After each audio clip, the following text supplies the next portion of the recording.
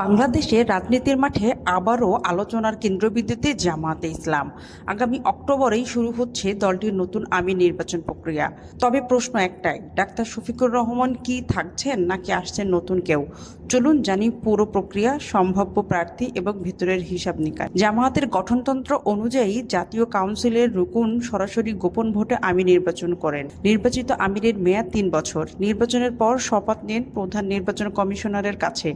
এই পুরো প্রক্রিয়ায় উপস্থিত থাকেন কেন্দ্রীয় মজলিসের শুরা, কেন্দ্রীয় কর্মপরিষদ এবং নির্বাহী পরিষদের সদস্যরা। বিশেষ পরিস্থিতিতে ভারপ্রাপ্ত আমির নিয়োগের ব্যবস্থাও রয়েছে গঠনতন্ত্রে। বর্তমান আমির ডাক্তার শফিকুর রহমান একজন প্রাজ্ঞ, বিচক্ষণ এবং জনপ্রিয় নেতা। তিনি বিসিএস ক্যাডার ছেড়ে রাজনীতিতে আসেন, গড়ে তোলেন সিলেটের তৃণমূল। 5 আগস্টের পর সেনাপ্রধান ওয়াকারুজ্জামানের ঘোষণায় তার নাম উঠে আসে আলোচনার কেন্দ্রবিন্দুতে। ইসলামী জোট গঠনে অন্তর্বর্তীকালীন সরকারের সহায়তা এবং চরমোনাইয়ের সাথে সম্পর্ক মেরামতে তার ভূমিকা ছিল মুখ্য। তবে দুটি সমস্যা। নতুন সংস্কার অনুযায়ী দলীয় প্রধানমন্ত্রী হতে পারবেন না। তার সাম্প্রতিক হাঁটুর অপারেশনের পর শারীরিক সীমাবদ্ধতা। ফলে প্রশ্ন উঠছে, তিনি কি আবারও দায়িত্ব নিতে পারবেন?